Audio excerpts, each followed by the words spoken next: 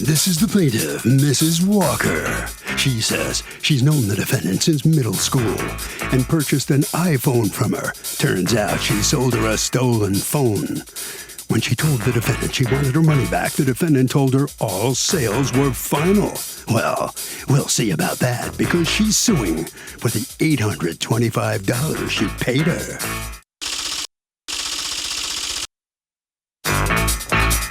This is the defendant, Brianna. She says her purse was stolen on the subway train, and next thing she knows, the plaintiff is accusing her of selling her a stolen phone. She doesn't even know the plaintiff and has never seen her. Oh, her? No way. She's accused of selling a hot iPhone. All parties, please raise your right hands. Welcome back to the People's Court. Next case on the docket. The plaintiff claims a girl she knew from middle school sold her an iPhone that turned out to be stolen. She wants her money back. But the defendant claims her purse was stolen along with her phone, and she doesn't know what the plaintiff's talking about and never met her in her life. It's the case of, that's one hot phone you got. Thank you, Douglas. You're welcome. Ms. Walker, what happened?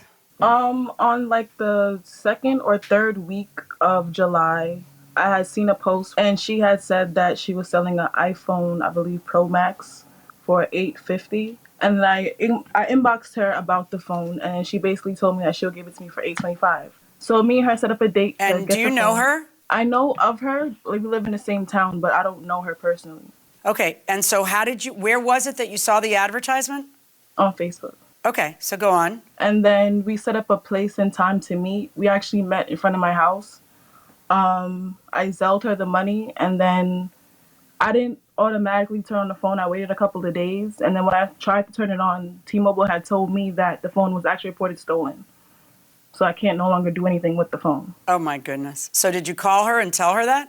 So I had texted her back right after, and then I told her what had happened, and she told me, like, that's not true, da-da-da-da. It was a final sale, so I can't refund you the money. And then I was like, okay, I'll take it to the police. And she said that she works for the law, so it can't go that far. And I was like, okay. And then here we are today. Okay, let me hear from you, Ms. Brianna. First of all, what law do you work for? What does that mean, I work for the law? I don't work for the law. I never spoke to this person. I don't even know who she is. My phone, my bag, my credit cards, everything was stolen on the train, on the F-line train. And I reported my bag stolen to the police. I don't have the physical report with me anymore. I was trying to obtain it. As well as I reported my cards being stolen because there was purchases in my card out of state. Can you prove the last thing you said?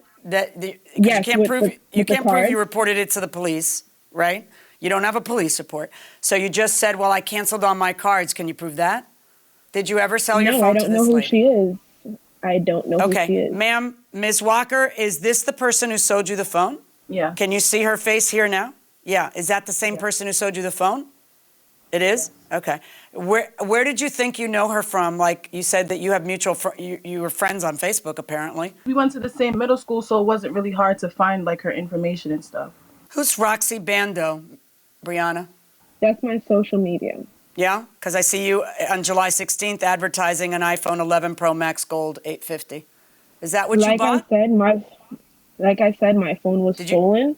So did you hear what I just said? Yes or no? Did you hear what I just said? Did you hear what I just said? So you're advertising it for sale. I was not advertising anything on my social media. Like I said, my phone was stolen with all my information. Okay, let's take a look. Yeah, I heard you. You don't just keep repeating yourself. Now answer what I'm asking you.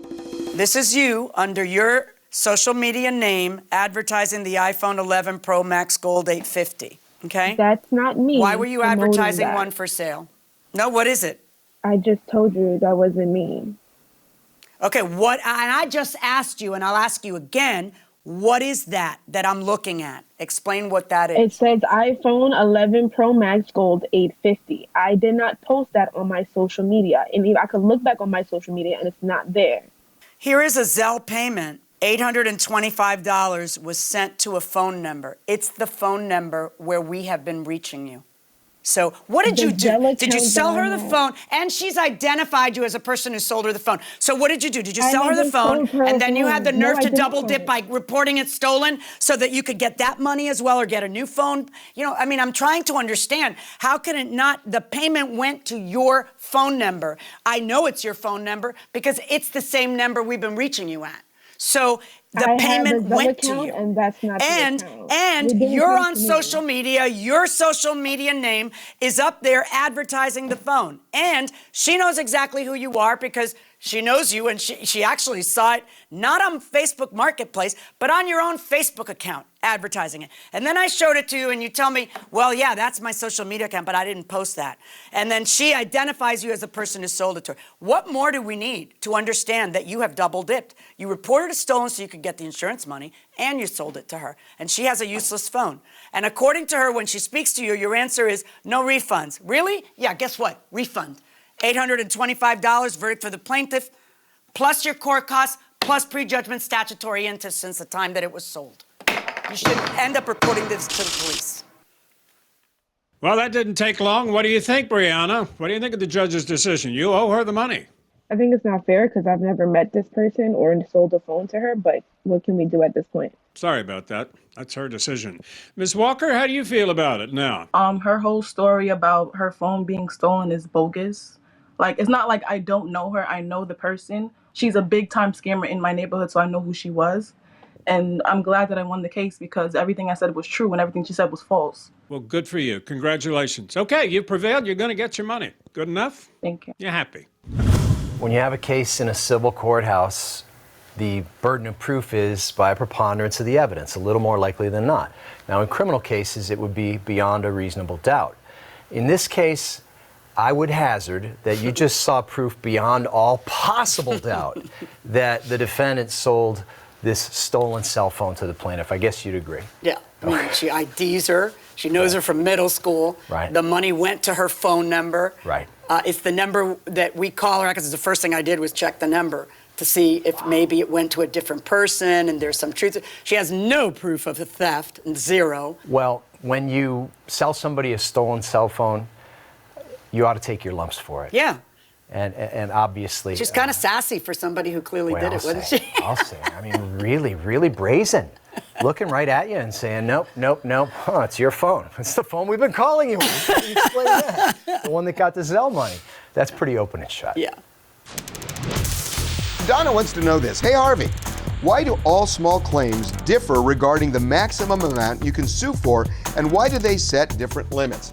Well, this is an example of each state having the right to set its own policies. We live in a country where states have a lot of power, that everything is not federalized.